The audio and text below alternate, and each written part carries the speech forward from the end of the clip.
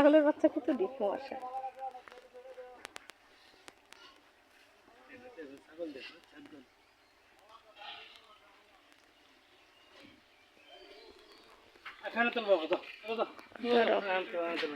একটা দুইটা তিনটে চারটা পাঁচটা ছয়টা সাতটা আটটা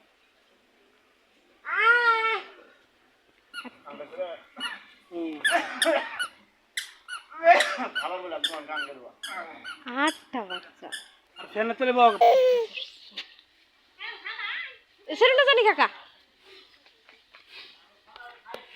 ওই খেলাই দিলি কে দুষ্ট দুনিয়া